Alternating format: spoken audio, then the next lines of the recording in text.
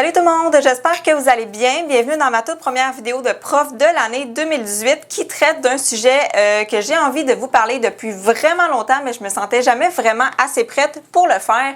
Et j'ai pris le temps de m'asseoir et de faire des recherches pour vous donner des informations qui sont vraiment justes et précises et pertinentes. Donc aujourd'hui, j'ai eu envie de vous parler des manuels scolaires et des cahiers d'exercices qu'on utilise dans les classes au primaire.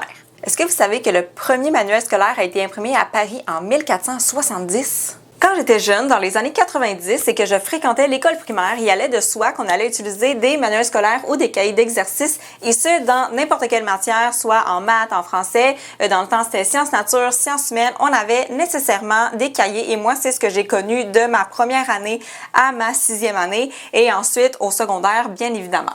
Mais est-ce que vous savez que c'est seulement à partir de 1890 que les institutrices religieuses ont été obligées d'utiliser un cahier pour enseigner à leurs élèves? De nos jours, c'est de plus en plus répandu que les enseignants et enseignantes décident volontairement de ne pas utiliser de cahier d'exercice ou de manuel scolaire dans leur classe. Si vous fouinez un peu sur les groupes Facebook ou si ça fait pas trop longtemps que vous avez fait votre bac, vous avez sûrement entendu parler de ce débat-là où est-ce qu'il y a des profs qui tiennent mordicus à avoir leur manuel pour enseigner et il y a des profs qui veulent s'en départir complètement. Sachez que l'utilisation d'un manuel ou d'un cahier d'exercice, c'est le choix de l'enseignant. La direction a quand même son mot à dire, mais c'est quand même vous, en tant que prof, en tant qu'équipe, qui pouvez décider d'en utiliser un ou de ne pas en utiliser et de décider lequel vous voulez utiliser. Voyez-vous la pile de cahiers derrière moi en ce moment? Bien ça, c'est des échantillons de cahiers d'exercices que les maisons d'édition envoient directement aux professeurs dans les écoles pour les convaincre de choisir leur manuel pour l'année suivante. Généralement, ça se passe au printemps. Donc ça, c'est une pile que j'ai à la maison, mais je vous laisse même pas imaginer toute la pile que j'ai à l'école dans mes classeurs.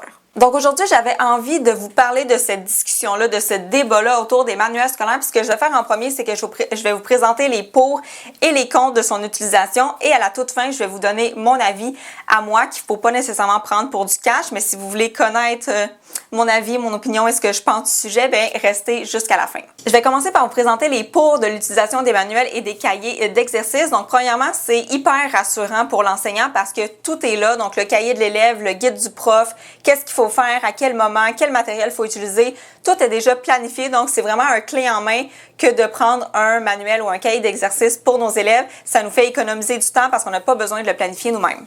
La plupart du temps, les cahiers d'exercice sont quand même assez attrayants et colorés pour les enfants, fait que c'est quand même intéressant pour eux de travailler à l'intérieur, puis même que pour les plus petits, il y a souvent des mascottes associées à leur cahier de maths ou à leur cahier de français, puis souvent, ça vient avec les marionnettes, fait que les enfants, je pense qu'ils aiment vraiment ça, travailler là-dedans, parce qu'ils peuvent se raccrocher à un personnage qui les aide dans leurs apprentissages, en fait. Aussi, l'utilisation du cahier d'exercice peut être vraiment rassurant pour les parents parce que ça leur permet de voir ce que leur enfant apprend à l'école parce que souvent, on envoie les cahiers à la maison pour un devoir, une leçon ou une activité à faire à l'intérieur. Fait que ça permet aux parents de voir ce que leur enfant apprend à l'école. Puis, c'est rassurant pour eux aussi de savoir que l'enseignant travaille avec un cahier d'exercice. Je sais que c'est un peu nono parce qu'en même temps, on est capable de faire notre job sans, mais ça peut être rassurant pour les parents de voir qu'on travaille avec un matériel concret. Finalement, ce qui est aussi intéressant avec le cahier d'exercice, c'est que c'est au choix de l'enseignant. Donc, vous avez toujours le choix de quel manuel vous voulez utiliser. Est-ce que vous en voulez un en maths? Est-ce que vous en voulez un en français? Est-ce que vous en voulez un en sciences? Est-ce que celui que vous avez en ce moment ne vous convient plus? Vous pouvez changer quand bon vous semble si vous avez des arguments suffisamment intéressant pour votre direction puis pour votre équipe aussi parce que souvent on ne travaille pas tout seul, à moins que vous soyez la seule et unique personne de votre niveau, là, le choix est juste à vous. Mais si vous travaillez en équipe, ben c'est d'en jaser avec vos collègues, mais le choix revient toujours à l'enseignant. Maintenant, pour ce qui est des contre l'utilisation du cahier d'exercice ou du manuel scolaire, bien, il faut faire attention que le manuel qu'on choisit soit conforme à la progression des apprentissages. Donc, est-ce que le manuel que je prends pour mes maths de 3e année représente vraiment la matière de maths de 3e année ou bien on s'en va dans n'importe quelle direction? De plus en plus, les manuels vont avoir le logo dessus qui indique conforme au programme à la progression des apprentissages. Donc, quand il y a le logo, ça veut dire que le ministère a approuvé ce manuel-là.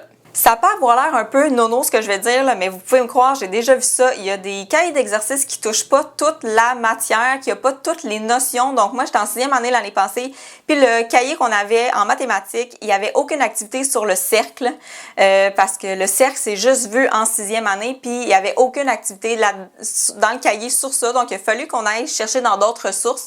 Fait que des fois, il faut juste vérifier que ça touche toutes les notions qu'on veut enseigner.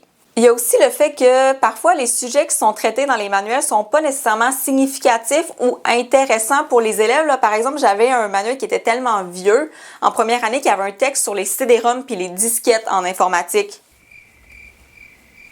C'est parce que les élèves qui sont en première année en 2017, là, ils connaîtront jamais ça, les disquettes. Ça sert à rien de leur montrer à quoi ça sert.